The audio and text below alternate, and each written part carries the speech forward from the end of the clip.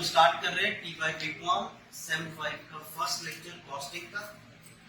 हम ये मान के चलेंगे आप लोग को कुछ भी नहीं पता है कुछ?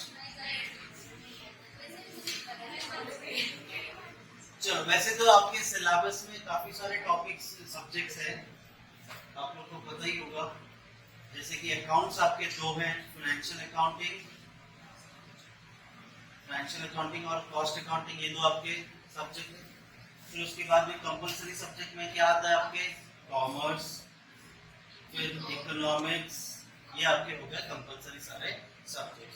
ऑप्शन में ज्यादातर क्या लिया जाता है? टैक्स, कंप्यूटर, ठीक है। फाइनेंशियल अकाउंटिंग और कॉस्ट अकाउंटिंग ओवरऑल मैं कवर करूंगा, बाकी सबके लिए आपके पास अलग फैकल्टी है, ठीक है। आगे बढ़ने से पहले मैं जो तुमसे सीखने वाले हो मेरे बारे जान लो। मैं हूँ हरजीत और 2009 से मैं पढ़ा रहा हूँ। 2009 से हम लोगों ने टीवाई बीकॉम स्टार्ट किया सबसे पहले, और 2009 से लेके अभी तक कोविड तक तो कंटिन्यूस बैच था, फिर 2 साल गैप, फिर अपनी वापस से स्टार्ट है। बहुत सारे बच्चे आए हमारे पास, बहुत अच्छा एक्सपीरियंस भी हुआ है हमारे पास। रिजल्ट का काफी अच्छा भरमार है। जो आपके दो प्रैक्टिकल सब्जेक्ट है which is financial accounting, cost accounting, दोनों में हमारे पास 95 स्कोर किया है आउट ऑफ 100। टैक्सेशन में हमारा हाईएस्ट है 96। रहे बात आपकी इकोनॉमिक्स की, लो भाई इसमें भी कोई कमी नहीं है, 85 हाईएस्ट है। टैक्सेशन हो गया है, इकोनॉमिक्स हो गया है, कंप्यूटर में 92 हाईएस्ट है। ये कब की बात कर रहे हैं? जब आपका सेमेस्टर पैटर्न जब से शुरू हो गया है तब से। उसके पहले तो काफी अच्छा स्कोर आता था, क्योंकि वहाँ पे एक ही बार एग्जाम होता था। अब यहाँ पे 2 अलग अलग सेमेस्टर है, तो थोड़ा बहुत मार्क्स को ऊपर नीचे। बस पहले जो स्टूडेंट्स थे काफी अच्छा एक्सपीरियंस था, उम्मीद है आप लोग के साथ भी बहुत अच्छा एक्सपीरियंस होगा। पिछले जो बच्चे कुछ रिकॉर्ड है तुम तोड़ दोगे, ठीक है। चलो, मैंने जैसे कहा कि आप लोग को एकदम स्टार्ट से शुरू करेंगे, आपको कुछ नहीं पता है। बस एक चीज याद रखना कि जितने सवाल पूछे जाए हर एक का जवाब दिया करो। रॉन्ग राइट परवाह मत करो। और पहली बात तो डरो मत। डरना तो दूर की बात है, शर्म आता है सवाल पूछने के टाइम पे। तुम लोग सर डाउट पूछे हैं कैसे? बाजू वाली सोच रही होगी क्या कुछ भी पूछ रही है, लोग क्या सोचेंगे, सब लोग क्या बोलेंगे। बाजू वाला भी यही सोच रहा है, लोग क्या सोचेंगे। और इसी सोचने में आप अपने डाउट्स नहीं पूछते। तो ऐसा नहीं करना, अपने डाउट्स पूछो। जिस पर्टिकुलर टाइम पे आपको कोई चीज नहीं समझती उसी वक्त रोक दो और पूछो। वैसे मैं कोई डाउट पूछने लायक छोड़ूंगा भी नहीं, पूरा क्लियर पहले कर, ठीक है। तो डाउट बचेगा नहीं। अगर रहा फिर भी सिली लग रहा है, पूछ लो। यहाँ पे क्लासरूम में नहीं पूछने होता है, व्हाट्सएप पे पूछ लो। नहीं पूछना होता व्हाट्सएप पे, टेलीग्राम पे पूछ लो। वहां पर भी नहीं पूछना है। इंस्टा पे एक बार डाउट क्लियर करते, तुम लोग इंस्टा पे रह जाओगे फिर ज्यादातर। और उसके बाद फिर भी अगर है कि भाई कुछ डाउट है तो लेक्चर के बाद, लेक्चर से पहले पूछ सकते हैं, ठीक है। चलो, पहले तो मैं आपको बता दूं आपके कॉस्टिंग में टॉपिक्स हैं कौन से। आपका सिलेबस कॉस्टिंग में है, कॉस्ट है, रिकंसिलिएशन है, दोनों एक दूसरे से थोड़े रिलेटेड है। मटेरियल, लेबर, ओवरहेड्स अपने अपने दम पे है, ठीक है, कोई किसी से रिलेटेड नहीं, ठीक है। तो ये हम 5 टॉपिक कवर करेंगे ओवरऑल, बहुत ही बेसिक, बहुत ही सिंपल। बस इनिशियली आपने जो सीखा उसको ध्यान में रखना, जो पॉइंट्स बताए हैं ऐसा नहीं कि बाहर रखो, जब पूछा जाए तो आप बोल पाओ, इतना याद रखना है, ठीक है। तो ये हम लोग 5 टॉपिक्स ओवरऑल कवर करेंगे। आपको मैं सबसे पहले बता दूं कि फाइनेंशियल अकाउंटिंग और कॉस्ट अकाउंटिंग का पेपर आएगा कैसे एग्जाम में। तो मैं पेपर पैटर्न पहले बताता हूं, फिर आपको बताता हूं क्या करना है। तो पेपर पैटर्न में आपका सबसे पहला क्वेश्चन होगा ऑब्जेक्टिव, 20 मार्क का, जिसमें एक आपको पूछ सकते हैं मल्टीपल चॉइस। यहाँ पे आपको 12 अलग अलग क्वेश्चन होंगे, उसमें से आपको कोई भी 10 अटेम्प्ट करना है, 10 मार्क, 1 मार्क का एक ऑब्जेक्टिव। 4 ऑप्शन होंगे, चारों में से एक सही है। ऑब्जेक्टिव सारे चैप्टर होने के बाद मैं क्लियर करवाते रहूंगा, डिस्कस करेंगे। एग्जाम से पहले हम लोग तगड़ा सेशन लेंगे जिसमें हम सारे ऑब्जेक्टिव भी करेंगे एक दिन बैठ के, ठीक है। लेक्चर के बाद, टॉपिक खत्म होने के बाद भी ऑब्जेक्टिव होगा और एग्जाम से पहले भी आपको ऑब्जेक्टिव कराएंगे। फिर उसके बाद जो दूसरा ऑप्शन आएगा ऑब्जेक्टिव में, ये या तो मैच द कॉलम होगा या तो ट्रू और फॉल्स होगा। ये बताने की जरूरत नहीं कि मैच द फॉलोइंग कैसा होता है। दो ग्रुप होंगे, ए ग्रुप बी ग्रुप, ए को बी से मैच करना है तो आपको वैसे ट्रू और फॉल्स कैसे लिखते पता है ना? या तो हम लिखते सारे ट्रू या हम लिखते सारे फॉल्स, या तो अगर मूड आया तो true false true false true false करते, कोई तो राइट आए, ऐसी कोई जरूरत ही नहीं पड़ेगी। सब कुछ हम लोग इतना बेसिक, इतनी चीजें हम एक्सप्लेन करेंगे, आपके सारे ऑब्जेक्टिव क्लियर कर देंगे हम लोग डिस्कशन, ठीक है। फिर उसके बाद आएगा आपका क्वेश्चन नंबर 2। ध्यान देना, देखो तुम देख रहे हो किस तरह से उन्होंने क्वेश्चन डिजाइन किया है। या तो आप 20 मार्क वाला एक क्वेश्चन अटेम्प्ट कर लो, जो हम लोग आज टॉपिक सीख रहे हैं विच इज कॉशिक, या तो इसके बदले में 10-10 मार्क वाले 2 क्वेश्चन अटेम्प्ट करो जिसमें मटेरियल ओवरहेड्स होगा। जरूरी नहीं कि मटेरियल ओवरहेड्स होगा, कुछ भी हो सकता है, बट मटेरियल टॉपिक में वैरायटी बहुत है, इस वजह से वो बार बार पूछा भी जाएगा, ठीक है। तो यहाँ पे मटेरियल 2 बार आने के चांसेस है। तो वो आप जब टॉपिक सीखोगे आपको समझ जाएगा कि मेजर है क्या वो, ठीक है। माइक चालू नहीं होगा, आवाज नहीं आएगी।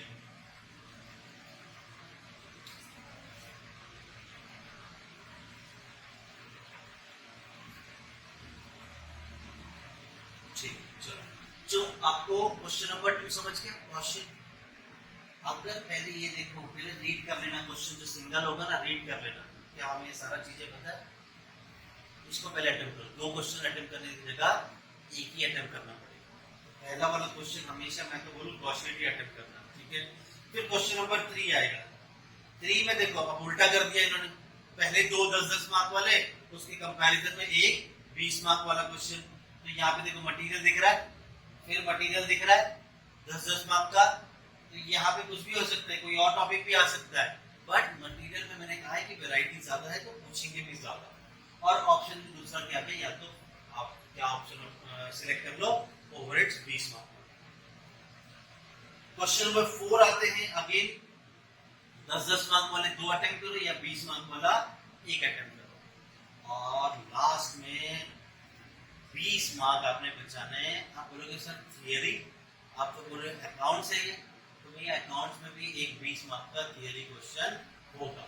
तो ध्यान देना, यहाँ पे क्वेश्चन नंबर 5 में 10-10 मार्क वाले 2 क्वेश्चन अटेम्प्ट कर लो, या तो 5-5 मार्क वाले 4 क्वेश्चन अटेम्प्ट करो। आपको 6 ऑप्शन दिए जाएंगे शॉर्ट नोट्स में, और 6 में से आपने अटेम्प्ट करने कितने, 4। क्लियर है? मैं आपको बता दूं, ये थियरी के जो क्वेश्चन है, जो शॉर्ट नोट में आपको सजेस्ट करूंगा ये मत अटेम्प्ट करना। 10-10 मार्क के कभी 6-6 मार्क्स दे दिए तो फिर 12 ही होंगे, लेकिन ये आप 5-5 मार्क वाले 4 अटेम्प्ट करोगे तो 4-4 तो देंगे, अच्छे से लिखा होगा तो। क्लियर है? तो कितने हो गए, 16, और वैसे कितने हो रहे, 12। तो बेटर ऑप्शन क्या है, ये शॉर्ट नोट अटेम्प्ट करना, ठीक है। और दूसरी बात, शॉर्ट नोट्स मैं बाहर करूंगा, आज ही प्रूफ कर दूंगा कैसे बाहर कराऊंगा, ठीक है। कुछ बाहर करने की जरूरत है, चीजें दिख रही होगी, समझ रही होगी, ऑटोमेटिक आप आंसर दे दोगे। तो थियरी साथ साथ में बाहर कराऊंगा। और मेरा हमेशा का आज तक का चैलेंज है कि मैंने हर बार 8 से 10 क्वेश्चन ही दिए शॉर्ट नोट्स, 4 तो मैच होते ही होते। पिछली बार के स्टूडेंट से पूछना, मैंने 8 ही क्वेश्चंस दिए थे शॉर्ट नोट्स के, 4 मैच हो गए। तो लो भाई हो गया सही, और वो डिस्कस करके एक्सप्लेन करके भी भेजे। या तो चीजों को और थियरी शॉर्ट नोट्स को समझ लो, या तो बाहर कर लो। समझ लिया तो अपने ओन से बहुत अच्छा लिख सकते हो, और ओन वर्ड्स में लिखना आपको बहुत अच्छे से आता है। इसको क्या बोलते हैं हमारी टर्मिनोलॉजी में, फेकोलॉजी। तो फेकोलॉजी नहीं करना, समझाऊंगा अच्छे से, याद रखना, क्लियर है, ठीक है। चलो ये पेपर पैटर्न आपको मैंने बता दिया, जिस तरह से कोई डाउट है ये भेज दूंगा, गो थ्रू कर लेना आगे, ठीक है। हम लोग हमारे पहले टॉपिक पे चलेंगे, दैट इज योर कॉस्ट।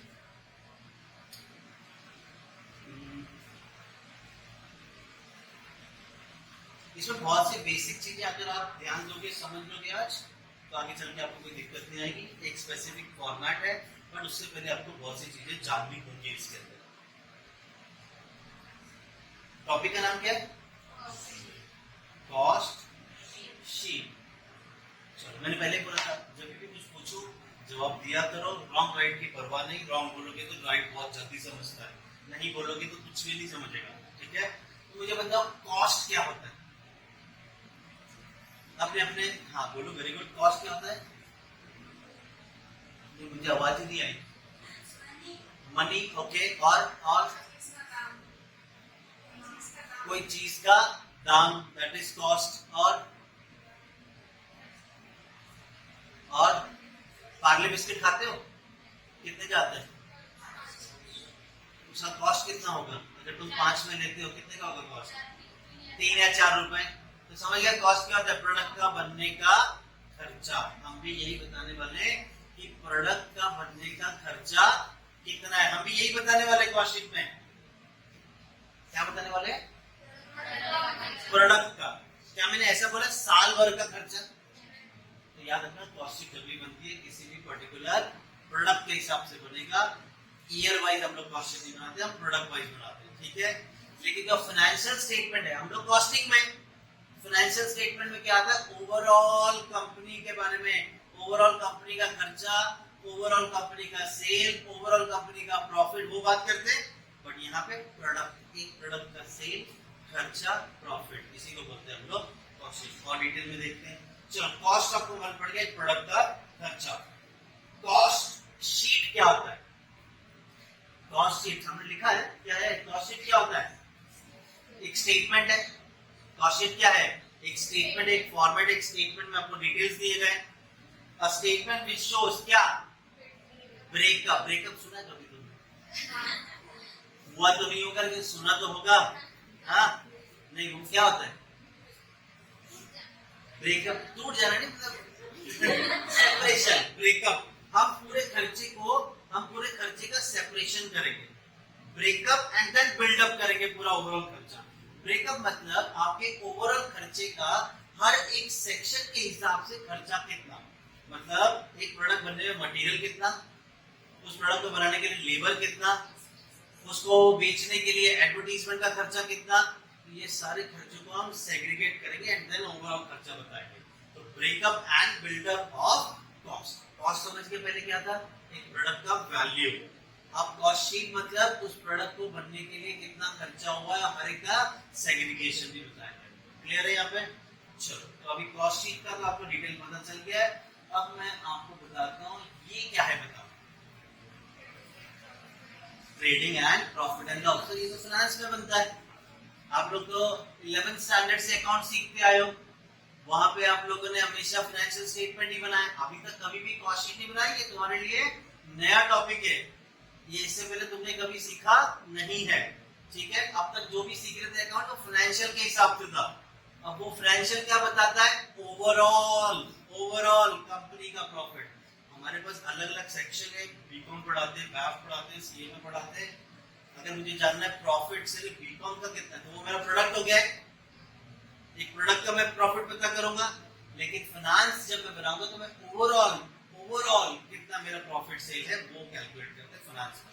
अब देखो यहाँ पे आपको कुछ सवाल पूछने वाला हूँ, फिर तुमको समझ जाएगा कॉस्ट शीट है क्या। आपको ट्रेडिंग अकाउंट के क्रेडिट साइड में दिख रहा है सेल्स कितना है? 25 लाख। उसके बाद ओवरऑल साल भर का मटेरियल कितने का लगा है? 10 लाख का। वेजेस कितना है? 3 लाख का। फैक्ट्री ओवरहेड से 4 लाख, ऑफिस एंड एडमिन का खर्चा है 1 लाख, सेलिंग ओवरहेड से 2 लाख। तो प्रॉफिट कितना आया? कैसे आया? क्रेडिट साइड का टोटल किया, उसमें से डेबिट साइड का टोटल माइनस किया तो आपको मिल गया प्रॉफिट। कितना प्रॉफिट आया है? 5 लाख। बट ये अगर आपकी कंपनी के जो टॉप लेवल के लोग बैठे हैं, टॉप मैनेजमेंट के जो लोग बैठे हैं, उनको अगर कोई डिसीजन लेना है तो ये स्टेटमेंट किसी काम का है, ये स्टेटमेंट किसी काम का है। चलो मैं तुमको एग्जांपल के तौर पर पूछता हूँ। मान लो पहले तो इस कंपनी का प्रॉफिट कितना है, मुझे ये प्रॉफिट को बढ़ाना है, मुझे ये प्रॉफिट को बढ़ाना है। तो हर कोई बताएगा अपनी अपनी राय देख के क्या करना चाहिए। अगर मुझे अपना प्रॉफिट बढ़ाना है तो अभी हम क्या कर सकते हैं ये तुमने बताना है। ठीक है, एक एक करके बताओ, आप अपने अपने आइडियाज दो, फिर मैं आपको क्वेश्चन बताऊंगा। क्या बताओ, प्रॉफिट बढ़ाना है तो क्या करें, क्या क्या कर सकते हैं आप? सेल्स बढ़ा सकते हैं, ज्यादा से ज्यादा सेल करो, गुड आंसर। और एक्सपेंस कम करो, बताओ कौन सा एक्सपेंस कम करो, डेबिट में बहुत सारे एक्सपेंस है, कौन सा? सेलिंग ओवरहेड्स कम करें, ठीक है। ऑफिस का भी खर्चा कम करें, ठीक है। वेजेस कम कर दे, ठीक है। इससे क्या होगा? सेल बढ़ जाएगा, खर्चे कम हो जाएंगे, प्रॉफिट बढ़ जाएगा, है ना? घर का राजे, घर का राजे, हाँ जो मुंह उठाया बोल दिया। हाँ वेजेस कम कर दो, मतलब वेजेस लोगों से काम करवाओ, उनको पैसा ना दो, ऐसे बोल रहे हो। सेलिंग ओवरहेड्स कम करो, मतलब एडवर्टीजमेंट ही मत एडवर्टीजमेंट ही मत करो। तो समझ गया आपको? फाइनेंस में कुछ बता पाया? फाइनेंस में कुछ आइडिया लगा पाया? नहीं। हम फाइनेंस से टॉप लेवल के मैनेजमेंट को अगर कोई डिसीजन लेना है तो हम फाइनेंस से डिसीजन ले ही नहीं सकते। तो फिर सर क्या करेंगे? अरे आपको अगर अपना कोई डिसीजन लेना है तो प्रोडक्ट के हिसाब से चलो। मुझे नहीं पता ये मटेरियल कौन से प्रोडक्ट के लिए लगा है। एग्जांपल के तौर पे मैं हमेशा कोई भी एग्जांपल दूंगा ना, तो नेस्ले, नेस्ले सुना? नेस्ले के कंपनी के बारे में मैं एग्जांपल देता हूं तो आपको समझ जाएगा बहुत इजीली। नेस्ले के बहुत अच्छे अच्छे प्रोडक्ट हैं, मैगी, नेस्कैफे और किटकैट चॉकलेट, ये सब किसका है?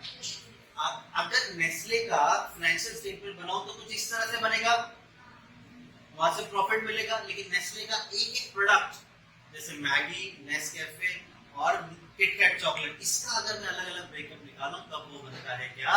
Cost sheet. तो ध्यान देना, ये आगे नेस्ले के प्रोडक्ट्स है, ठीक है। मैं ये जो फाइनेंस बनाया ना, फाइनेंस की जरा एक बार अमाउंट को नजर मार लो। फाइनेंस के जो आपको सेल्स कितना दिख रहा है? 25 लाख। मटेरियल कितना दिख रहा है? मैं इसी वैल्यू से कॉस्ट स्टेटमेंट बनाऊंगा प्रोडक्ट का। इसी वैल्यू से मैं कॉस्ट स्टेटमेंट बना रहा हूं प्रोडक्ट का। ध्यान देना, नेस्ले के 3 प्रोडक्ट है, मैगी है, नेस्कैफे है, किटकैट है और टोटल, ठीक है। मान लो कि आपको भी तो पता ही है आपका सेल्स कितना था? 25 लाख का। मान लो इस 25 लाख में से हम 12 लाख तो मैगी बेच के पैसा आ रहा है, 10 लाख नेस्कैफे को बेच के, कॉफी बेच के पैसा आ रहा है, और 3 लाख रुपए का किटकैट चॉकलेट बेच के पैसा आ रहा है। ये हमारे अलग अलग प्रोडक्ट है। अब मैं देखो आपको थियरी सिखाने वाला हूं। ये मेरा जैसे ही खत्म हुआ आपका थियरी का एक आंसर बायट हो जाएगा। What is the objective of cost accounting? Cost accounting का ऑब्जेक्टिव, उद्देश्य क्या होता है, बायट हो जाएगा, ठीक है। मेरा सबसे पहला उद्देश्य है सेल्स को प्रोडक्ट वाइज एसरटेन करना, प्रोडक्ट वाइज फाइंड आउट करना। इसको सेल को प्रोडक्ट वाइज एसरटेन करना। उसके बाद आपके खर्चे पता है ना, मटेरियल 10 लाख का, लेबर 3 लाख का, factory overhead 4 lakh, 1 lakh, 2 lakh, selling admin, बराबर ये था ना।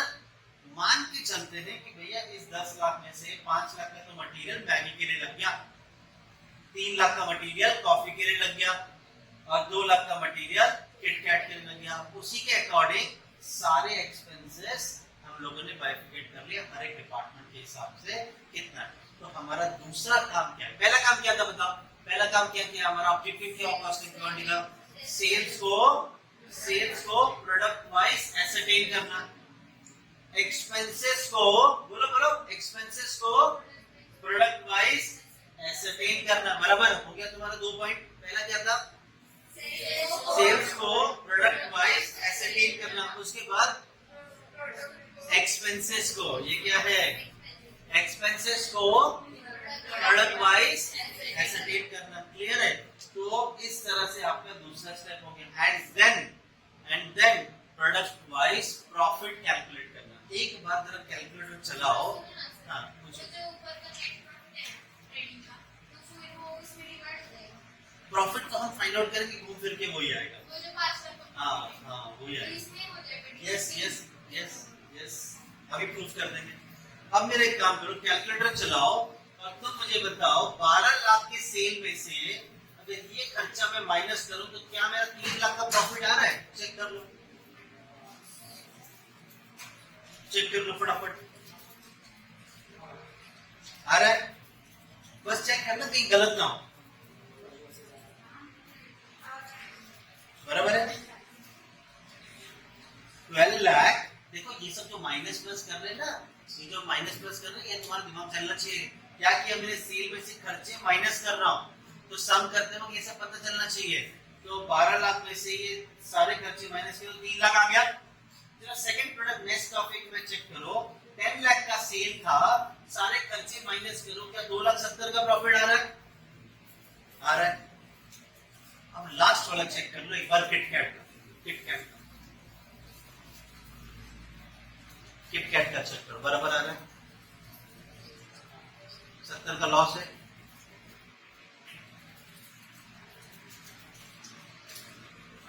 हाँ। अब एक काम करो, 3 लाख का प्रॉफिट प्लस 2,70,000 का प्रॉफिट, इसमें से लॉस माइनस करो, 5 लाख का मैच हो जाए। 2 प्रोडक्ट में प्रॉफिट है, 1 प्रोडक्ट में लॉस है, तो कुल मिला के हमारा प्रॉफिट कितना आया? 5 लाख। और यही 5 लाख आपके फाइनेंस में भी था, यही 5 लाख आपके फाइनेंस में भी था, बराबर। तो ठीक है, तो चलो अब जरा ध्यान दो, मेरा पहला ऑब्जेक्टिव कॉस्ट अकाउंटिंग का क्या है, चलो बताओ। सेल्स को प्रोडक्ट वाइज एसेटेन करना। दूसरा पॉइंट क्या था? एक्सपेंसेस को प्रोडक्ट वाइज एसेटेन करना। तीसरा प्रोडक्ट वाइज प्रॉफिट कैलकुलेट करना। ये क्लियर है? प्रोडक्ट वाइज प्रॉफिट को कैलकुलेट करना। सब क्यों? प्रोडक्ट वाइज आपने क्यों प्रॉफिट ढूंढा? ताकि हमें ये पता चले मेरा सबसे बढ़िया प्रोडक्ट कौन सा है और सबसे खराब प्रोडक्ट कौन सा है, सो दैट मैं डिसीजन ले सकूं कि जिस प्रोडक्ट से मुझे नुकसान हो रहा है उसे चलाए रखूं कि बंद कर दूं। मुझे लॉस हो रहा है कौन से प्रोडक्ट में? किटकैट में। अब मेरे पास 2 ऑप्शन होंगे, या तो इसे बंद कर दो, या तो इसे कंटिन्यू करो। या तो इसे बंद करो या तो इसे कंटिन्यू करो। तुम्हें समझ में आया प्रॉफिट क्यों ढूंढा प्रोडक्ट वाइज? तो हमारा स्लो प्रोडक्ट जो होगा, जो हमारा लॉस मेकिंग प्रोडक्ट होगा, उसके regarding top level management decision ले सके कि इसे चालू रखे कि बंद कर दे। समझा? तो ये हमारा चौथा पॉइंट हो गया कि एसेटिंग करो कि आपका प्रॉफिट है कि लॉस है, एंड देन डिसाइड करो इसे बंद करना है कि कंटिन्यू करना है। क्लियर है यहाँ पे? चलो लॉस का तो पता चल गया। अब मुझे बताओ सबसे बढ़िया प्रोडक्ट कौन सा है? मान जाओ सही जवाब दिया, मैगी कि नेस्कैफे? मैगी जो लग रहा है वो फटाफट बोल दो। क्या? मैगी। क्यों? बताओ, मुझे बताओ। उसका सेल्स 12 लाख है, लेकिन वो सेल्स, देखो सेल करना उद्देश्य नहीं है, कमाना उद्देश्य है ना। प्रॉफिट कितना है? प्रॉफिट 3 लाख का है, प्रॉफिट 3 लाख का। और सेकंड नेस्कैफे में प्रॉफिट कितना है? 2,70,000। मतलब आप अमाउंट देख के बता रहे हो कि कौन सा प्रोडक्ट बेटर है, बराबर। देखो ये सारा चीजें आपके दिमाग चलना चाहिए हमारा सम सॉल्व करते वक्त। मैं बोलूंगा नेस्कैफे प्रोडक्ट ज्यादा बढ़िया है, नेस्कैफे प्रोडक्ट ज्यादा बढ़िया। क्यों? तो हम ढूंढेंगे नेट प्रॉफिट रेशियो। हम क्या ढूंढेंगे इससे? नेट प्रॉफिट रेशियो कैसे मिलता है? Net profit upon net sales into 100। मतलब net profit 3 lakh upon 12 lakh into 100 करो, जरा बताओ कितना आ रहा है? 3 लाख अपॉन 12 लाख इनटू 100, 25%। और दूसरा चेक करके बताओ Nescafe 2,70,000 into 100 divided by 10 lakh,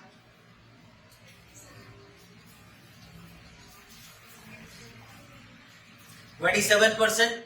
तो भैया बताओ सबसे बढ़िया प्रोडक्ट कौन सा है? नेस्कैफे। तो अमाउंट देख के कभी मत बताना कौन सा प्रोडक्ट बढ़िया है। यहाँ पे हम लोगों ने नेट प्रॉफिट रेशियो ढूंढा, उससे डिटरमाइन किया कि कौन सा प्रोडक्ट बढ़िया। इसका मतलब पता क्या होता है? इसका मतलब पता क्या होता है? ध्यान देना। अभी कोई डाउट है? पूछो, मुझे पूछ लो। समझा? चल ध्यान दो, ये भी कभी कभार अच्छा होता है। आज मुझे फ्रेंड भी बता रहे थे कि भाई ऐसा है करना। नहीं सच में आजू बाजू भी हेल्प करता ही है, तो हेल्पिंग नेचर रखो किसी का। ज्ञान बांटने से बढ़ेगा, छुपा के रखने से भूल जाओगे। ठीक है? तो दूसरी बात ध्यान दो, इसका मतलब ये बनता है कि अगर मेरे प्रोडक्ट कौन सा प्रोडक्ट है ये? मैगी। अगर मेरे प्रोडक्ट का 100 रुपए बढ़े, अगर मेरे प्रोडक्ट का 100 रुपए बढ़े तो मेरा प्रॉफिट 25 रुपए से बढ़ेगा। समझ में आया? 25% मतलब क्या? 25/100। 25/100 क्या बोला मैंने? अगर मेरा प्रोडक्ट 100 रुपए से बढ़ेगा तो मेरा प्रॉफिट 25 रुपए से बढ़ेगा। तो चलो दूसरा तुम लोग बोलो, अगर मेरा प्रोडक्ट 100 रुपए से बढ़ेगा तो प्रॉफिट 27% से बढ़ेगा। तो मुझे बताओ, मुझे सबसे ज्यादा सेल किसका बढ़ाना चाहिए? नेस्कैफे का। अच्छा प्रोडक्ट है, इसका सेल बढ़ाओ। डिसीजन ले रहे ना, डिसीजन लेना। आपका प्रॉफिट 5 लाख था, हम क्या डिसीजन ले रहे हैं? भैया प्रॉफिट को कैसे बढ़ाओ। तो तुमने क्या कह दिया था? सर सेल बढ़ा दो, सर वेजेस कम कर दो। तुम्हारा बस चलता था, मटेरियल भी कम करा देते। तो ये सब नहीं करना है। तो यहाँ पे देखो, कॉस्ट बनाने का फायदा समझा? कॉस्ट बनाने से हमने ये पता लगाया कि हमारा कौन सा प्रोडक्ट सबसे बेस्ट है और कौन सा प्रोडक्ट सबसे डाउन है। तो जो डाउन है उस पर डिसीजन ले लो कि इसे चालू रखना है कि इसे बंद रखना है। और उसके बाद में जो प्रॉफिट है हमारा, उसे आइडेंटिफाई करो। जो ज्यादा प्रॉफिट है उसका सेल ज्यादा बढ़ा। क्लियर है यहाँ पे? अब मैंने आपको पहले क्या बताया था, इसका एक डेफिनेशन बताया था कॉस्ट शीट का। What is cost sheet? Cost sheet is a statement. Cost sheet is a statement which show what does it show? Breakup and buildup of cost. याद रहेगा? याद रहेगा? चलो चलो बोलो एक बार, जोर से बोलो, सब लोग बोलो। Breakup and buildup of cost. याद रहेगा? याद रखो। जैसे ही टॉपिक आप जैसे आज के दिन खत्म करूंगा, यहाँ पे बुलाऊंगा और जो भी सवाल पूछूंगा उसका जवाब दो। सही से जवाब दिया 500 रुपए ले। ना चलो ठीक है, अभी पूछते हैं। मेरे सवालों के सही जवाब दिए 500 ले लो। अभी ऑन स्पॉट लेना। तुम्हें कैश चाहिए तो कैश ले लो, जीपे चाहिए तो जीपे ले लेना। ठीक है? कितनी अच्छी पैसा कम करा दी। चलो अब मुझे बताओ, हमारा ऑब्जेक्टिव, पहला ऑब्जेक्टिव मैं जिससे पूछूंगा वो बताना। ठीक है? तो कौन कौन पोस्ट में ये पता चल जाएगा। तो वैसे नींद पूरी नहीं हुई है, जो छुपेगा पहले उससे पूछूंगा। ठीक है? मुझे बताओ, हमारा कॉस्टिंग का, कॉस्ट अकाउंटिंग का पहला ऑब्जेक्टिव क्या है?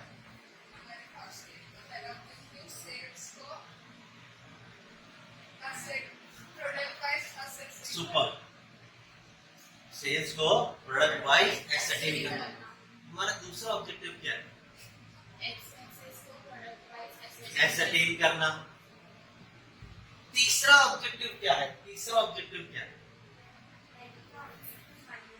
नहीं, नेट प्रॉफिट निकालना प्रोडक्ट वाइज। नेट प्रॉफिट निकालना प्रोडक्ट वाइज। चलो नेट प्रॉफिट निकाल लिया, तो अब क्या करें? अब निकालना है। 3 बार हाथ ऊपर किया आपने, मेरे को मुझे बोलती है और ये मुझे तो बोलती है। चलो प्रॉफिट निकाला हमने। अभी क्या करना है, किसी को पता है? जो लॉस वाला प्रोडक्ट है उसे बंद करें कि कंटिन्यू करें? क्या कर रहे हैं? डिसीजन ले रहे हैं ना। हमारे 3 तो ऑब्जेक्टिव पता चल गया। पहला ऑब्जेक्टिव था प्रोडक्ट वाइज सेल ढूंढो, उससे दूसरा ऑब्जेक्टिव था प्रोडक्ट वाइज एक्सपेंस ढूंढो, तीसरा था प्रोडक्ट वाइज प्रॉफिट कैलकुलेट करो, चौथा है अगर आपको लॉस है किसी प्रोडक्ट में तो उसे कंटिन्यू करना है कि बंद करना है, ये। और जो प्रॉफिट जिसका ज्यादा है उसका सेल बढ़ाओ, क्योंकि 100 रुपए से अगर आपका सेल बढ़ेगा तो 25 रुपए से आपका प्रॉफिट भी बढ़ेगा। अगर मैं ये प्रोडक्ट कैंसिल कर दूं, नहीं बनाना, कोई लॉस दे रहा है, क्या चेंज आएगा बताओ? प्रॉफिट बढ़ेगा कि कम होएगा? बढ़ेगा ना। 3 लाख, 2,70,000, 5,70,000 हो जाएगा। अरे लेकिन सेल भी तो कम हो जाएगा ना। 12, 10, 22 लाख हो जाएगा। अगर आपने ये प्रोडक्ट को बंद किया तो ऐसे डिसीजन ले सकते हैं, सोच समझ के डिसीजन। लॉस है, भाव है तो नहीं बनता है। अरे सेल कम हो जाएगा, हम चाहेंगे कि हमारा सेल कम हो। अरे प्रॉफिट भले थोड़ा हो लेकिन सेल थोड़ी ना कम करना चाहेंगे आप। तो ये डिसीजन आपको बहुत ही सोच समझ के लेना होगा। क्लियर है? तो चलो अब इसी चीज को हम देखते हैं कॉस्ट अकाउंटिंग अकाउंटिंग का मतलब क्या है? आपने इधर क्या देखा था? कॉस्ट शीट का डेफिनेशन, और इधर क्या देख रहे हैं आप लोग? कॉस्ट अकाउंटिंग का डेफिनेशन। कॉस्ट अकाउंटिंग क्या है? कॉस्ट अकाउंटिंग एक मेथड है। कॉस्ट अकाउंटिंग क्या है? कॉस्ट अकाउंटिंग एक टेक्निक है। बोलो क्या है? कॉस्ट अकाउंटिंग एक मेथड है। कॉस्ट अकाउंटिंग क्या है? एक टेक्निक है। किस चीज का टेक्निक? कौन यूज करता है? Top level. स्टार्टिंग में बताया था डिसीजन कौन लेता है? Top level management. मालूम है ना? ये लेवल्स तो पता है ना आपको, 12th में पढ़ा था। Top level management, middle level management, lower level management. तो ये डिसीजन कौन लेता है? Top level management. ठीक है, तो कॉस्ट अकाउंटिंग जो हमारा सब्जेक्ट है, अब चैप्टर की बात नहीं कर रहा हूँ, चैप्टर की बात की थी तो कॉस्ट शीट पढ़ा था, अब सब्जेक्ट की बात कर रहा हूँ। कॉस्ट अकाउंटिंग, कॉस्ट अकाउंटिंग एक मेथड है, टेक्निक है। कौन यूज करता है? Top level. क्यों? डिसीजन लेने के लिए। चलो आपके पास 10 सेकंड है, तो कौन प्रॉपर बोल पाता देखते हैं। बोलो। अरे रेडी है? क्या बात है, बोलो। मेथड और डिसीजन मेकिंग। ठीक है, कोई और दो जन और भी बोल दो। कोई और बोलना मराठीत बोलायचं है? नहीं? कोई और इधर से भी जवाब चाहिए। अरे रॉन्ग तो रॉन्ग, कोई दिक्कत नहीं, रॉन्ग तो रॉन्ग क्या होगा। मैं डांटता भी नहीं हूँ, नहीं डांटता हूँ। आंटी ने तुम पढ़ रहे हो, ठीक है, बोलो। Very good.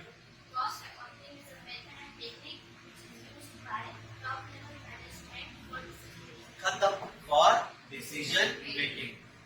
अगर आपको ऑब्जेक्टिव का क्वेश्चन आया तो पहले वो कॉस्ट शीट का, पहले कॉस्टिंग लिखना, फिर कॉस्ट शीट का। आपने का पेपर ही भरना है ना, गलत थोड़ी लिख रहे हैं। गलत लिख रहे हैं क्या? सही लिख रहे हैं। कॉस्टिंग का डेफिनेशन लिख दो, कॉस्ट शीट का लिख दो, एंड देन फिर ऑब्जेक्टिव लिखना। ये रहे ऑब्जेक्टिव। पहला वाला ऑब्जेक्टिव क्या था बोलो? एसेटिंग प्रोडक्ट वाइज सेल। क्या लिखा है?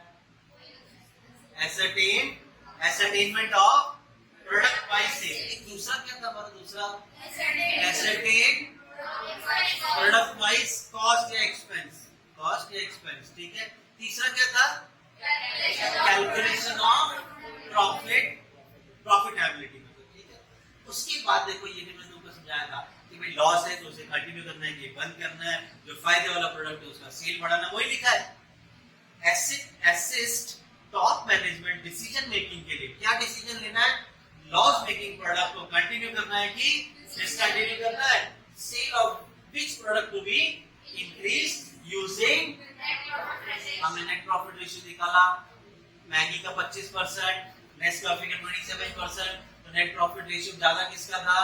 नेस्कैफे का, उसका सेल बढ़ा। यही था ऑब्जेक्टिव। एंड लास्ट मैंने आपको बताया ही नहीं था, यही सबसे बड़ा मेन उद्देश्य होता है, कॉस्ट को कम करो। क्या है? कॉस्ट को कम करो और कंट्रोल करो। बिना मतलब खर्चा मत होने दो। कंट्रोल और रिड्यूस, ये हमारा लास्ट ऑब्जेक्टिव। क्या लिखा है? Cost control and cost reduction. कैसे मत कम कर देना, अगर पॉसिबल हो तो ही हम लोग कॉस्ट को कंट्रोल कर सकते हैं और कॉस्ट को रिड्यूस करते। क्वालिटी भी डिग्रेड करनी है, ठीक है। हो गया आपका। अब ये क्वेश्चन आएगा आपको, अगर ऑब्जेक्टिव तो लिख पाओगे सर, अंदर बिल्कुल लिखते हैं बहुत अच्छे से आपका। हाँ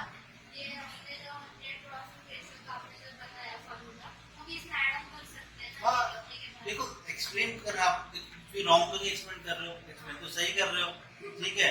आपको तरीका ही पता है, अंदर जो मैंने आपको बताया उसी को एलोबरेट करके लिख दो, ठीक है। कंपनी का ओवरऑल सेल्स जो होता है उसको हम प्रोडक्ट वाइज कैलकुलेट करते हैं, एंड देन पता करते हैं कि प्रोडक्ट वाइज किसका सेल ज्यादा है। आता है लिखने को? बातें करना कम आती है क्या तुमको? हाँ, बातें करनी है तो पेपर जो चेक करने वाला उसके साथ, ठीक है। हाँ, टेक्नोलॉजी की लेकिन धमकी जो बोला ऐसे, is that not for God? मालूम ही नहीं पड़ता क्या लिख रहे हो। चलो ये क्लियर, यहाँ तक क्लियर है? कोई दिक्कत? मुझे कॉस्ट शीट या कॉस्ट अकाउंटिंग किसी एक का डेफिनेशन कौन बताए? जो कॉस्ट शीट का बोलेगा ना वो मैं उसको बढ़िया मानूंगा कि वो स्टूडेंट है टैलेंटेड। तो कॉस्ट शीट का डेफिनेशन बता दो, टूटा फूटा भी रहेगा चल जाएगा। हाँ बोलो। Cost sheet is a statement which shows breakup and build-up of cost। अब कॉस्ट अकाउंटिंग का बोलो, अब तुम बोलो, एक ही जन बोल रहा है ऐसे नहीं हो भाई।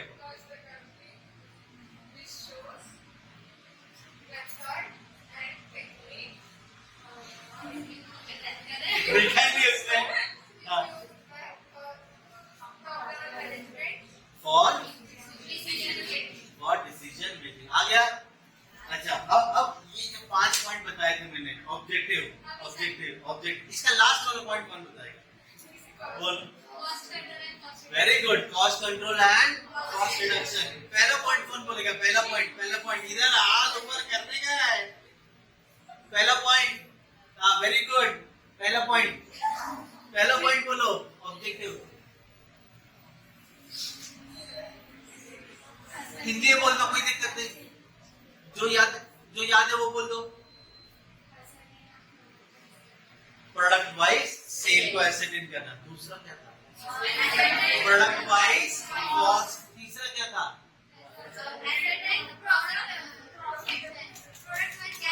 Calculate product wise profit. और चौथा पॉइंट थोड़ा सा है, इजी है। क्या है? डिसीजन मेकिंग के लिए प्रॉफिटेबिलिटी ढूंढो। जो लॉस मेकिंग प्रोडक्ट है उसके लिए डिसीजन लो कि बंद करें कि कंटिन्यू करें, और जो प्रॉफिट सबसे ज्यादा दे रहा है नेट प्रॉफिट रेशियो के हिसाब से उसका सेल बढ़ाएगा। डन। अब हम चलते हैं हमारे कॉस्ट शीट पे। अब चलते हैं किसमें? Cost sheet. तो आज पढ़ाऊंगा, कल जब शुरू करूंगा नया टॉपिक, नया लेक्चर, आज का पढ़ाया हुआ पहले वो डिस्कस होगा। लेक्चर खत्म होगा, ओवरव्यू पूरा डिस्कस होगा। रोज एक दिन पुराना वाला चीज हम डिस्कस करते रहेंगे। बस इसी तरह से तुम्हारा सपोर्ट चाहिए, जवाब देते रहो, ठीक है? चलो अब हम लोग चलते हैं हमारे फॉर्मेट की तरफ। उससे पहले मैं तुमको कॉस्ट शीट, दिवाली नहीं रे बाबा उधर मेन जो दिखा ना वो पटाखड़े, ठीक है? Fire crackers. कौन से यहाँ पे दिख रहे फायर क्रैकर्स? बताओ जरा। रावण में एक रस्सी बम है, एक सुतली बम है, एक चक्री है, और दिया पटाखा नहीं है, वो दिया है, ठीक है? मुझे बताओ अभी तुम ये सोच के बताओ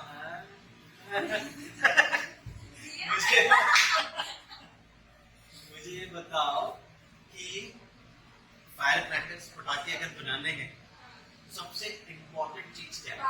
बारूद। क्या है? इंग्लिश में क्या बोलते हैं? बारूद। BAROOD, बारूद। फिर क्या बोलते हैं इंग्लिश में? क्या बोलते हैं? Gun powder. क्या बोलते हैं? गन पाउडर, ठीक है? अच्छा हाँ। फिर क्या करते हैं? वो गन पाउडर को मिक्स करते हैं किसी केमिकल के साथ। फिर तुमने अलग अलग ऐसे, ये सब जो रेड कलर का दिख रहा है ना, ये पाइप होते हैं छोटे, इसके अंदर बारूद भरते हैं, फिर इसके अंदर वो सुक्की लगाते हैं, जोड़ते हैं, बनाते हैं। ऐसे कुछ करते हैं ना, ऐसे कुछ करते, ऐसे ही करते कुछ। सबसे पहले क्या दिख रहा आपको? ये क्या हुआ हमारे कॉस्ट शीट में? ये क्या हुआ? मटेरियल। ये क्या हो गया? मटेरियल। फिर वो कौन है? वो बीच में कौन है? Labour, wages. हाँ, लेबर, वेजेस। ये क्या था आपका? मटेरियल। ये क्या था? लेबर या वेजेस। और ये क्या लास्ट में? नहीं, प्रोडक्ट तो वो पहले दिख रहा है। प्रोडक्ट तो ये था, तो ये क्या है? नहीं दिख रहा है, अभी दिखा। ये धागा भी का दिख रहा है ना? इसको भी धागे को भी क्या लगाते? बारूद। वो पटाखे के आगे जल रहा है, जल किसके पे रहा है? एक वो धागा जैसा है, ठीक है ना? उसपे आग लगाते हैं ना हम लोग। क्या उसके बिना प्रोडक्ट बन सकता है? नहीं बन सकता है। मतलब देखा जाए तो हमारे प्रोडक्ट का सपोर्ट सिस्टम है वो, बराबर? प्रोडक्ट नहीं है वो हमारा प्रोडक्ट जो बना है वो क्रैकर्स है, उसके लिए मटेरियल लगता है गन पाउडर, लेकिन इसके बिना भी काम होगा नहीं। तो ये है हमारा डायरेक्ट एक्सपेंस। ये क्या है हमारा क्लियर है। तो एक चीज याद रखना, किसी भी प्रोडक्ट को बनाना है, क्या बोला मैंने, किसी भी प्रोडक्ट को बनाना है तो सबसे पहले 3 डायरेक्ट खर्चे लगते हैं।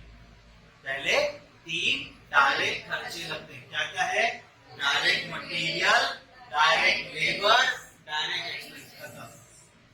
समझ में आया। किसी भी प्रोडक्ट को बनाना है तो 6 खर्चे लगते हैं। कितने, 3 तो बता दिया मैंने, और तीनों के आगे वर्ड एक लगाया था, क्या, डायरेक्ट डायरेक्ट डायरेक्ट। क्या बना, इसके बिना काम चलेगा क्या। ये हो गया हमारा प्राइम खर्चा। ये क्या हो गया, इनिशियल खर्चा बोलो या इंपॉर्टेंट खर्चा बोलो, इनिशियल खर्चा बोलो या इंपॉर्टेंट खर्चा बोलो। तो प्राइम कॉस्ट क्या हो गया, ये प्राइम कॉस्ट। कैसे मिलता प्राइम कॉस्ट, ये बताओ। नहीं, वर्ड यूज करना है। इन तीनों को जोड़ दो तो क्या बनता है, इसमें 3 और चीजें जोड़ दो तो बन गया आपका कॉस्ट शीट। इसमें 3 और चीज जोड़ दो तो बन गया कॉस्ट शीट। सर 3 डायरेक्ट, ये 3 क्या है, इनडायरेक्ट। 3 डायरेक्ट 3 इनडायरेक्ट जोड़ दो तो बन गया क्या, इसमें इनडायरेक्ट क्या है, फैक्ट्री का खर्चा। अरे क्या बाहर रस्ते में बैठ के बनाओगे, फैक्ट्री में बैठ के बनाओगे ना पटाखे, तो फैक्ट्री का खर्चा आएगा, फैक्ट्री में बनाओगे। अरे भैया फिर उसका हिसाब किताब रखना है, कोई ऑफिस का डिपार्टमेंट भी तो होगा उनका, तो ऑफिस का खर्चा आएगा। तो भैया इसको बेचने के लिए एडवर्टीजमेंट भी करनी होगी, तो बोले इसमें क्या एडवर्टीजमेंट, क्यों पटाखे की दुकान के आगे वो लगा नहीं होता है आजकल, तो सबसे famous standard fireworks banner winner लगाते हैं ना, तो ये भी खर्चा है। ठीक है, तो 3 डायरेक्ट खर्चे, 3 इनडायरेक्ट खर्चे बन गया हमारा कॉस्ट शीट। पहले हम फोकस करेंगे डायरेक्ट खर्चे, इसको पहले समझ लेते हैं। ठीक है, इसके वेरियस नाम भी होंगे, वो भी चीज याद नहीं, कभी अचानक क्वेश्चन में आ जाए तो आप ऐसा ऐसे करो मत, आपको समझ में आना चाहिए ये कौन सा खर्चा है। ठीक है, मैंने कौन सा बता एग्जाम में यही चलते ना, तो लो भाई, समझ में आ गया। क्या क्या समझ में आया बताओ। Direct material, direct labour, direct expense को जोड़ दो तो क्या बन गया, और इसमें 3 खर्चे और जोड़ दो, फैक्ट्री का खर्चा, ऑफिस का खर्चा, सेलिंग का खर्चा, तो क्या बन गया। ये इन खर्चों को जो इनडायरेक्ट खर्चे, इन लोग क्या देखो, वहां पे फाइनेंस में बोलते हैं एक्सपेंस, कॉस्टिंग में एक्सपेंस को क्या बोलते हैं, ओवरहेड। यहाँ पे हम एक्सपेंस वर्ड नहीं बोलते, यहाँ पे क्या बोलते हैं हम लोग, ओवरहेड्स। ठीक है, तो 3 डायरेक्ट खर्चे जोड़ेंगे तो क्या बनता है बताओ, प्राइम कॉस्ट। 3 डायरेक्ट खर्चे जोड़ेंगे तो क्या बनता है, और 3 इनडायरेक्ट खर्चे जोड़ेंगे cost sheet, that is cost of sale. ठीक है, इनडायरेक्ट खर्चे क्या क्या है, उसके हायरार्की भी समझो ना कितनी मस्त है। काम किधर चल रहा है, फैक्ट्री, वहां से कहां जाएगा प्रोडक्ट, ऑफिस, उसके बाद सेलिंग का खर्चा। क्लियर है, बन गया कॉस्ट शीट। कोई मुझे ये पूरा फॉर्मेट जितना मैंने दिखाया इतना बोलना है, कैसे वो बताएगा। Direct material, direct expenses, sorry direct material, direct wages, direct expense, prime cost, factory overheads, office overheads, selling overheads, cost of sale. इतना ही बोलना है, मतलब 6 वो 2 नाम अलग, 6 कंफ्यूज कर रखा। चल हाँ बोल बोल, very good very good. Direct material, direct wages, direct expenses, prime cost, factory overheads, selling overheads, office overheads and selling overheads, cost of sale. तुम भी बोल रहे थे, बोलो very good. Direct material, direct wages, direct expenses, prime cost और factory overheads, office overheads and selling overheads, cost of sale. ये अभी sir इसके अंदर क्या आता है, फैक्ट्री में क्या है, ये सारी चीजें मैं डिस्कस करूंगा तुम्हारे साथ, सब कुछ, मतलब अच्छा खासा टाइम लगेगा इसमें। फैक्ट्री में क्या क्या आइटम आते हैं पहले मैं समझा दूंगा, फिर मैं तुमको एक एक करके पूछूंगा, बताओ भाई ये खर्चा कहाँ आएगा, फिर तुम बोलोगे सर ये फैक्ट्री में आएगा या ऑफिस में आएगा या सेलिंग में आएगा। मतलब ये सब कोई भाट नहीं करता, ये सब चीजें तो हमें सब याद होना चाहिए, समझ में आना चाहिए, ये लॉजिकली होना चाहिए कि भाई ये खर्चा तो फैक्ट्री में जाएगा। ठीक है, एग्जांपल के तौर पे पूछ लेता हूँ।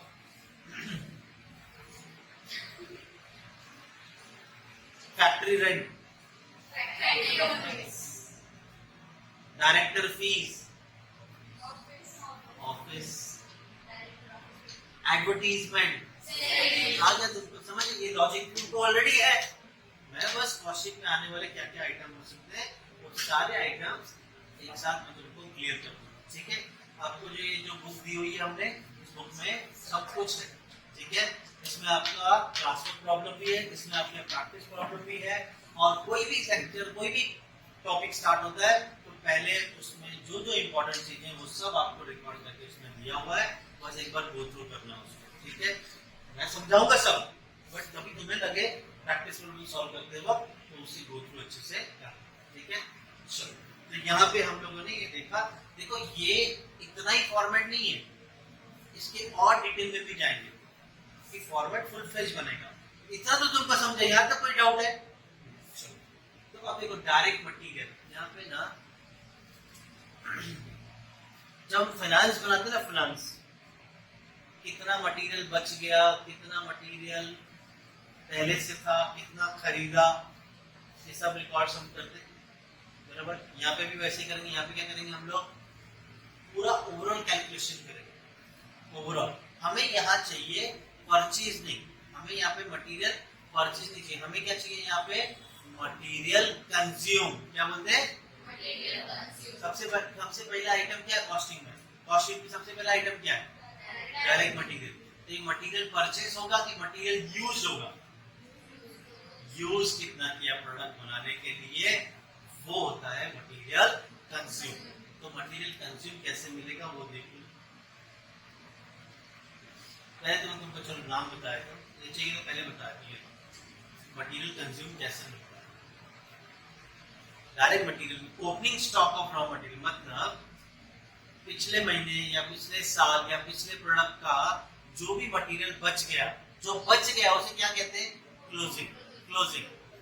और उसको जब इस बार यूज करोगे तो ये क्या बन जाएगा? तो पहले तो वो यूज करोगे, फिर आपने खरीदा कितना वो जोड़ दो, उसके बाद में आपने साइड में कितना रख दिया जो नहीं यूज किया वो हो गया क्लोजिंग। एग्जांपल देखो, मेरे पास पहले से 2 लाख रुपए का मटेरियल था, इस बार मैंने 10 लाख रुपए का मटेरियल खरीदा, ठीक है, और 4 लाख का मटेरियल यूज ही नहीं हुआ। जरूरी थोड़ी जितना खरीदा है वो पूरा यूज हो जाए, 4 लाख का यूज नहीं हुआ। हमारा कैलकुलेशन क्या बोलता है, हमने कंज्यूम किया कितना, तो 2 लाख प्लस 10 लाख कितना हो गया? 12 लाख। 12 लाख में से 4 लाख जो नहीं यूज किया तो बचा कितना? Material consume. हमें मटेरियल परचेज नहीं, हमें क्या चाहिए? मटेरियल कंज्यूम कितना किया वो चाहिए। सब कभी कभी क्वेश्चन में आपको सीधा सीधा बोल देंगे डायरेक्ट मटेरियल, ये सारे आइटम नहीं देंगे। डायरेक्ट क्या बोल देंगे? Direct material 8 lakh. कितना बोल दिया? Direct material 8 lakh. यही आपका डायरेक्ट मटेरियल, यही आपका मटेरियल कंज्यूम है। लेकिन अगर कभी कभार आपको ओपनिंग स्टॉक, परचेज, क्लोजिंग दे दिया तो आपको मटेरियल कंज्यूम खुद से ढूंढना होगा, नहीं तो अगर डायरेक्ट दे दिया तो डायरेक्ट मटेरियल लिख के आगे बढ़ जाओ, फिर ये सब डिटेल लिखने की जरूरत नहीं होगी। समझा? क्लियर है? अब मैं आपको बता दूं उसके नाम क्या है। डायरेक्ट मटेरियल का दूसरा नाम क्या है? Material consume. डायरेक्ट लेबर का दूसरा नाम क्या है? डायरेक्ट वेजेस या प्रोडक्टिव वेजेस। लेकिन डायरेक्ट एक्सपेंस के और भी नाम है, डायरेक्ट एक्सपेंस के और भी नाम है। क्या है? प्रोडक्टिव, ये तो हमें पता है। फिर क्या है? चार्जेबल एक्सपेंस या ट्रेसेबल एक्सपेंसेस, ठीक है। क्या नाम है? अगर कभी क्वेश्चन में ऐसा दे दिया चार्जेबल एक्सपेंस या ट्रेसेबल एक्सपेंस तो आपको फटाक से समझना ये क्या है? डायरेक्ट एक्सपेंसेस, ठीक है। एक और एग्जांपल देता हूं डायरेक्ट एक्सपेंस। बासमती चावल खाया कभी? कौन से रंग का होता है? तो क्या क्वालिटी है उसमें? थोड़ा बड़ा होता है राइस, ठीक है, खाने में भी अच्छा लगता है। इसका स्पेसिफिक क्वालिटी, मान लो बासमती राइस का जो इंट्रोड्यूस किया था किसी ने, सबसे हटके सबसे अच्छा क्वालिटी वाला, मान लो यूएस ने ये इसका इज़हार किया था, मतलब इसका फाइंड आउट किया था कि इस प्रोडक्ट को सबसे प्रीमियम प्रोडक्ट बोलेंगे और इसका नाम होगा बासमती। अब जितना भी प्रोडक्ट हम बनाएंगे बासमती, उसका एक सर्टेन पार्ट यूएस को रॉयल्टी देनी पड़ेगी, यूएस को रॉयल्टी। दूसरा एग्जांपल मंडन प्रकाशन की सुना कभी? हाँ सुना है। कब सुना है? अपना पढ़ने का बुक है, बराबर। अच्छा, मेरे हिसाब से मंडन प्रकाशन आईनापुरे इन्होंने बुक लिखा है आपका फाइनेंशियल अकाउंटिंग का, कॉस्ट अकाउंटिंग का। आईनापुरे ने बुक लिखा है, लेकिन वो बुक जो बनाई, प्रिंट की, वो पब्लिशर ने किया। पब्लिशर मंडन प्रकाशन, बुक लिखने वाला आईनापुरे। एक बार लिख के बैठ गया, अपने लिखा हुआ सब कुछ किसको दे दिया? मंडन प्रकाशन को। और मंडन प्रकाशन जितनी बुक बेचेगा उसका एक सर्टेन हिस्सा, पूरा नहीं, मेहनत उसकी है। अच्छा, थोड़ा, उसका थोड़ा किसको दे देंगे? क्या है ये? रॉयल्टी। ये दिए बगैर वो प्रोडक्ट बेच सकता है क्या? तो डायरेक्ट एक्सपेंस हुआ ना। दूसरा, बागबान मूवी देखा था? अमिताभ बच्चन का। अमिताभ बच्चन वो कैफे में बैठ के क्या करता रहता था? अपनी स्टोरी लिखता था। फिर क्या हुआ था उस स्टोरी का? वो दो लड़का लड़की जो कोई थे बच्चे, उन्होंने वो बुक ली और वो पब्लिश कर दी, बुक बना दी। और फिर अमिताभ बच्चन को क्या मिलता है? एक एनवेलप मिलता है, उसमें चेक मिलता है 10 लाख, बोलता ना। क्या थी वो? रॉयल्टी। क्या थी वो? बिना अमिताभ बच्चन को पैसा दिए वो बुक बेच सकते थे क्या? ये होता है डायरेक्ट एक्सपेंस। समझा? डायरेक्ट एक्सपेंस क्या होता है? This is chargeable expense. इसके बिना काम नहीं हो सकता। मान लो मैं ऐसा मटेरियल मंगा रहा हूँ जो जर्मनी में ही मिलता है। मैं एक प्रोडक्ट बना रहा हूँ जिसका रॉ मटेरियल जर्मनी से आता है, तो जर्मनी कहते हैं भैया आप प्रोडक्ट देंगे, ठीक है, इसमें हमको रॉयल्टी भी चाहिए। बिना रॉयल्टी दिए क्या मैं सामान मंगा सकता हूँ? कौन सा खर्चा हुआ? इम्पोर्टेंट खर्चा, प्राइम खर्चा। तो ऑब्वियसली बात है प्राइम कॉस्ट में आना चाहिए ना। चलो, आपको ये अभी तीनों चीजें क्लियर हो गई। हाँ, आगे बढ़ो। अब हम चलते हैं हमारे फॉर्मेट पे। आप जब भी कॉस्टिंग का सम सॉल्व करोगे तो आपको सबसे पहले एक फॉर्मेट बनाना होगा। और आज सम तो होगा नहीं, आज हम लोग सिर्फ फॉर्मेट पे ही रहेंगे, ठीक है। कल फॉर्मेट का हर एक आइटम का डिस्कशन करेंगे हम लोग, एंड देन फिर उसके हिसाब से हम सम सॉल्व करेंगे, ठीक है। तो चलो, देखा है फॉर्मेट कैसे बना है। फॉर्मेट क्या होता है? कई बार कुछ बच्चे ऐसे होते हैं कि जिनको सम आ जाता है, उनको कोई भी क्वेश्चन पूछो आता है सॉल्व करने, तो जब उनको बोलेंगे सॉल्व करके दिखा, तो बोलते अरे क्या बनाना है, कैसे बनाना है, फॉर्मेट ही नहीं याद होता है। तो फॉर्मेट ध्यान रखना। सबसे पहला कॉलम क्या है? पर्टिकुलर्स। पहला क्या है? सिर्फ 3 कॉलम बनाए। सबसे पहले कॉलम का नाम क्या है? यूनिट्स। दूसरा कॉस्ट पर यूनिट, और लास्ट मान लो भी क्या है ये बताया करो। मैंने 10,000 यूनिट्स मटेरियल खरीदा 1 लाख रुपए में। तो प्रोडक्ट जो मटेरियल खरीदा वो 1 यूनिट कितने का?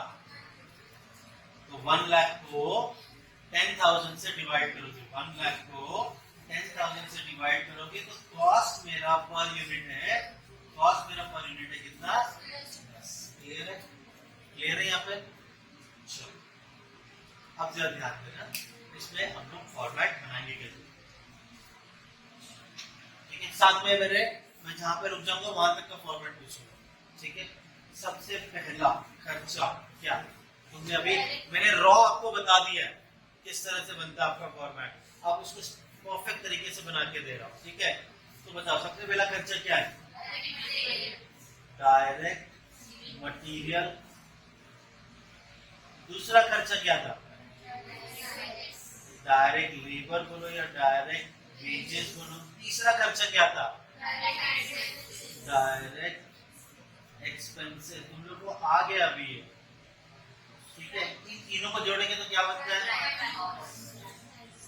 Prime cost. जो टोटल हम करते हैं ना, देखो मटेरियल वेजेस एक्सपेंस क्वेश्चन देगा, तो हम फाइंड आउट करते हैं उसको थोड़ा सा राइट हैंड साइड में देखो प्रेजेंटेशन में, ठीक है। चलो, अब प्राइम कॉस्ट के बाद अगला खर्चा क्या था?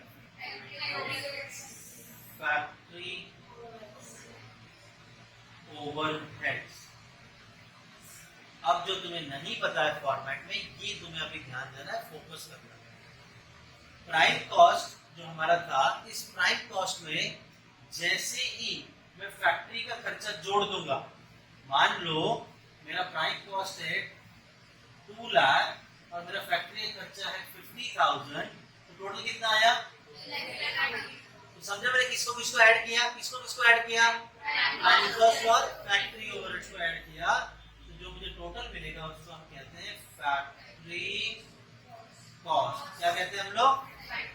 समझा समझा समझा?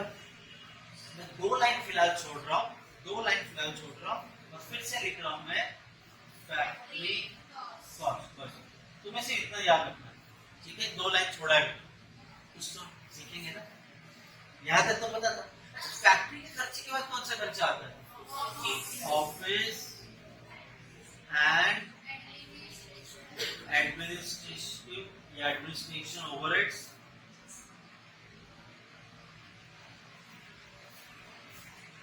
अब जब मैं ध्यान देना, फैक्ट्री कॉस्ट में ऑफिस का खर्चा जोड़ दूंगा तो मुझे मिलेगा कॉस्ट ऑफ प्रोडक्शन। क्या मिलेगा मुझे?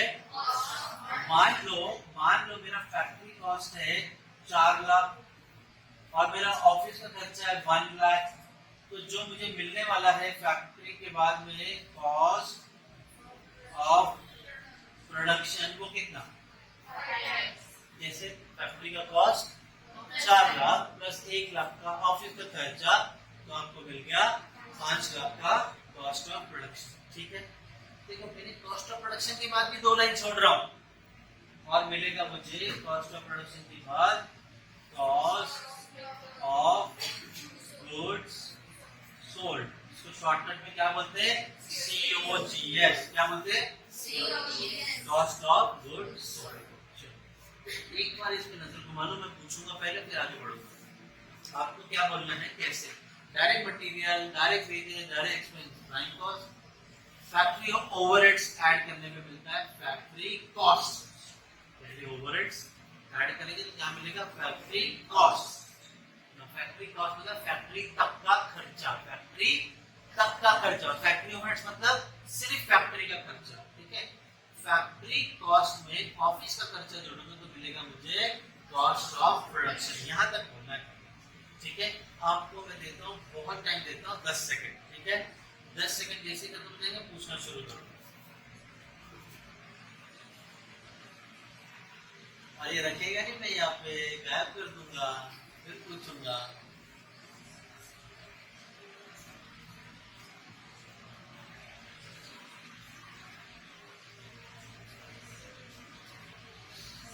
आपके 10 सेकंड हो रहे हैं समाप्त।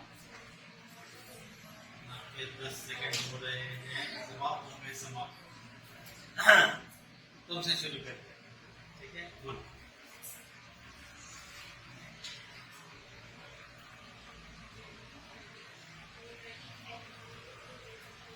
बराबर बोलना।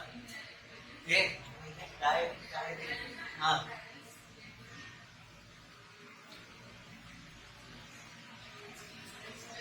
Very good. क्या मिलेगा? ठीक है, उसके बाद एक खर्चा और जुड़ेगा, फैक्ट्री ओवरहेड्स। Very good. तो क्या मिलेगा? Factory cost.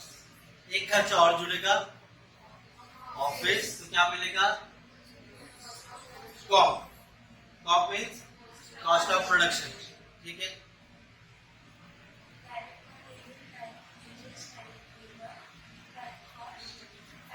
एक मिनट। ऑफिस से कुछ नहीं, बराबर था। ऑफिस से, मैं ऑफिस से सुनना चाहता हूँ, कुछ नहीं आता।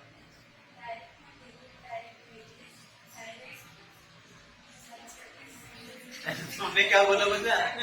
तुमने बोला direct material, direct wages, direct labour, तीसरा डायरेक्ट। हाँ, ठीक है, सुपर सुपर। अब थोड़ा बढ़ाते, अब बाकी लोगों को और अच्छा मौका मिलेगा, ज्यादा बोलने के लिए मौका मिलेगा, ठीक है। तो कॉस्ट ऑफ गुड सोल्ड में हम एक आखिरी खर्चा और जोड़ेंगे, सेलिंग एंड डिस्ट्रीब्यूशन ओवरहेड्स।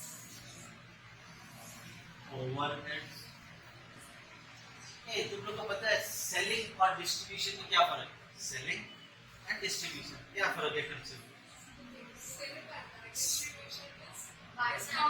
में क्या बोले? सेल, हाँ बोलो। Very good. तो बोल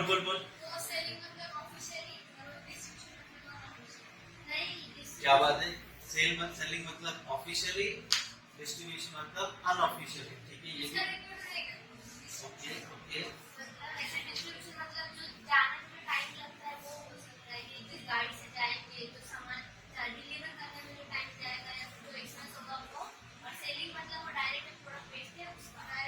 वो सेल्स प्राइस, ऑलमोस्ट तुम राइट थी, लास्ट में आके कान कर दिया।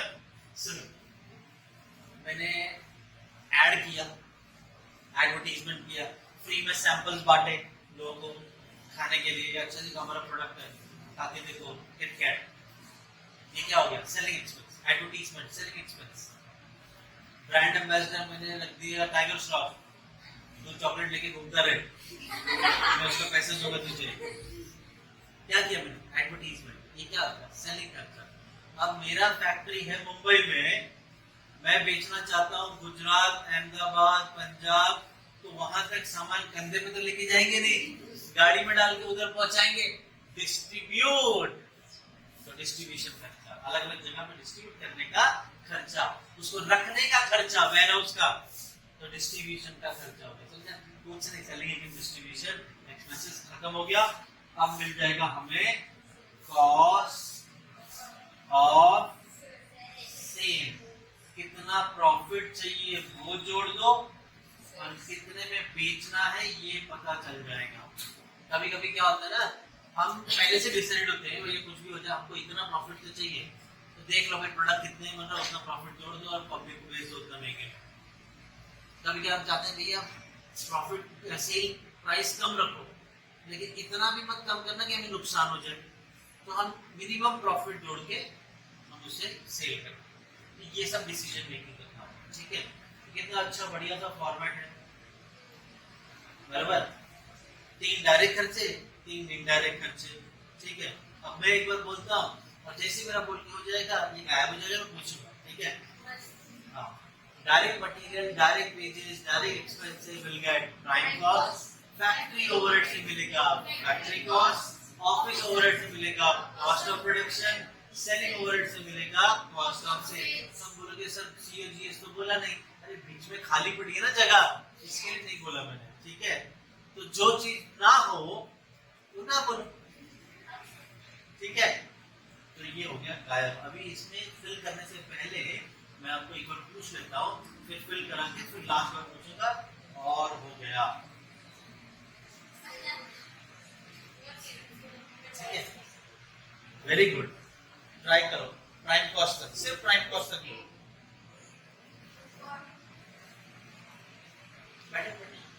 प्राइम कॉस्ट तक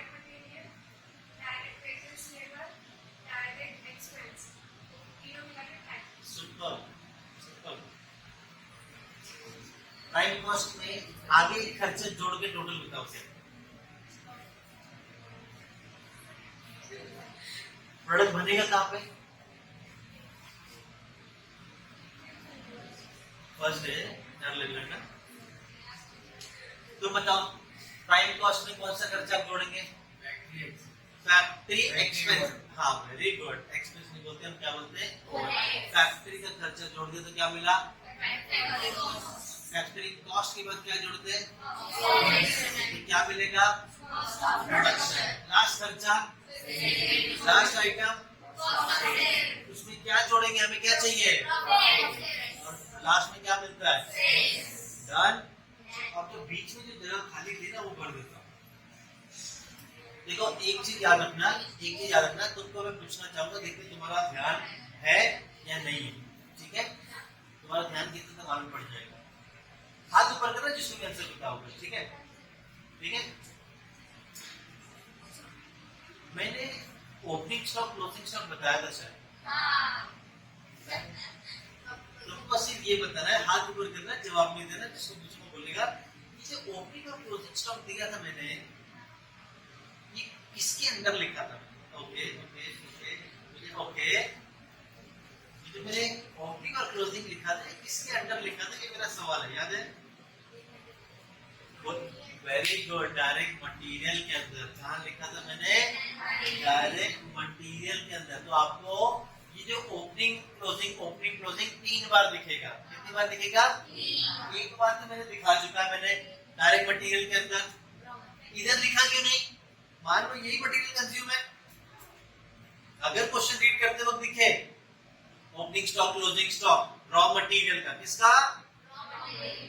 तो फिर लिख देना इसके अंदर वो चारों item, opening stock, purchase minus closing. लेकिन इससे पहले एक और आइटम आता है, परचेज करोगे तो कैरेज भी आएगा। आप सामान खरीदोगे ट्रक का भाड़ा आएगा, तो कैरेज।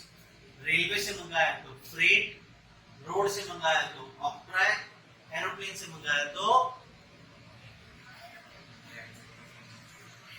वापस कैरेज, ट्रक से मंगाया, रेलवे से मंगाया फ्रेट। जब ट्रक से आ रहा है तो बॉर्डर क्रॉस होगा तो ऑक्ट्राय, अब तो बंद हो गया। लेकिन अगर एरोप्लेन से मंगाएंगे या पानी वाले शिप से मंगाएंगे, कौन सा खर्चा है? Custom duty. क्या है? कस्टम ड्यूटी, ठीक है, तो वो भी आता है, ठीक है। अब 2 और ओपनिंग क्लोजिंग बचे, वो ले लेते हैं। अब हमारा ओपनिंग क्लोजिंग क्या है, तो ये भूलना नहीं है। पहला ओपनिंग क्लोजिंग किसका था? मटेरियल का। अब ओपनिंग क्लोजिंग आएगा वर्क इन प्रोग्रेस का, तो ये आ गया add opening stock of work in progress minus closing stock of work in progress, ठीक है। Opening stock of work in progress, closing stock minus, देखो हमेशा ओपनिंग ऐड होगा, क्लोजिंग माइनस हो जाएगा। एक और बार ओपनिंग क्लोजिंग आएगा कॉस्ट ऑफ प्रोडक्शन के बाद, add opening stock of finished goods minus closing stock of finished goods, ठीक है। तो ये समझा आप लोग को? मुझे सिर्फ इतना बता दो, वर्क इन प्रोग्रेस WIP मतलब क्या? वर्क इन प्रोग्रेस ये तो फुल फॉर्म बता रहे हो। काम चल रहा है, मतलब मटेरियल लग चुका है लेकिन प्रोडक्ट बना नहीं है। मतलब ये मैं प्लास्टिक का कुछ बना रहा हूँ, प्लास्टिक मेल्ट हो चुका है लेकिन अभी तक प्रोडक्ट बना नहीं है।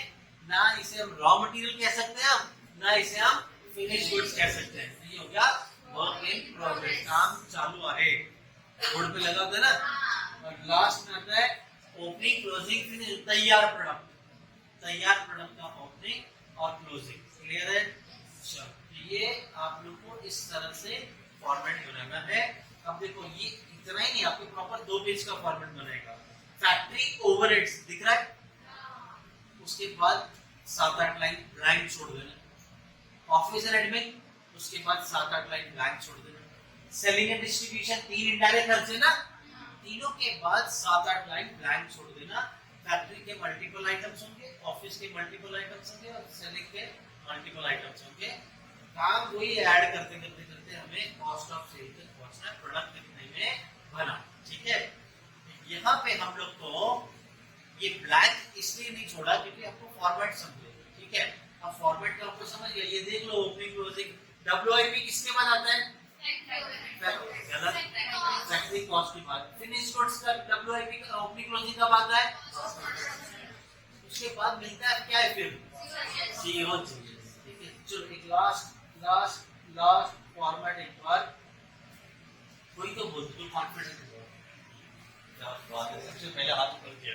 Direct material, direct wages, direct expenses, prime cost, factory overheads और फैक्ट्री कॉस्ट,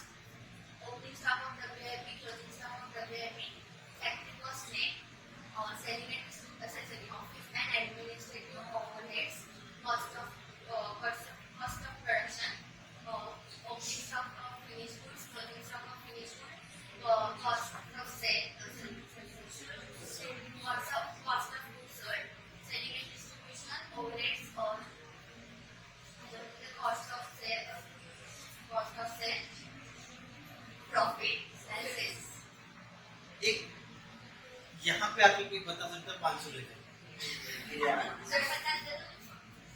तो बोलोगे जो मैं सवाल पूछूंगा उसके जवाब देते रहना, ठीक है? इसके बाद सही जवाब दिया शहीद। तो मिल जाएगा, ठीक है? आ इसके जाओ बाद नहीं वाली आ जाओ बताइए सर। आ जाओ आ जाओ आ जाओ, सुनते हैं क्या बोलते हैं। इधर आओ इधर आओ इधर आओ। ये बोलेगी जवाब देना, ये तुम्हारा माइक देता हूँ। तुम मुझे बताओ, इधर आओ, सामने आओ, देखना चाहिए सबको कौन है वहाँ। तुम मुझे बताओ प्राइम कॉस्ट कैसे मिलता है? Direct material, direct wages, direct expense, direct price. Opening stock of WIP, closing stock of WIP किसके बाद आता है? Factory overheads. नहीं, फैक्ट्री कॉस्ट मेड। एक और बार भी ऐसी कर देंगे तो 700 ग्रोस ग्रोस, ठीक है? अच्छा अच्छा, opening stock of WIP, closing stock of WIP किसके बाद आता है? Opening stock of WIP, factory cost loss, और ओपनिंग क्लोजिंग फिनिश गुड्स किसके बाद आता है? Cost of goods sold. Cost, ledger production. हाँ ठीक है। कॉस्ट अकाउंटिंग का डेफिनेशन बोलो। कॉस्ट अकाउंटिंग का डेफिनेशन। कॉस्ट अकाउंटिंग इज जोर से सब लोग नहीं बोलेंगे, यही बोलेगी ना। देखो जैसे जैसे उसका आंसर नहीं आ रहा है वो कैमरे से दूर होते जा रही है। हाँ बोलो बोलो बोलो, अगर आता है तो बोल, तो नहीं आता बोलो सॉरी।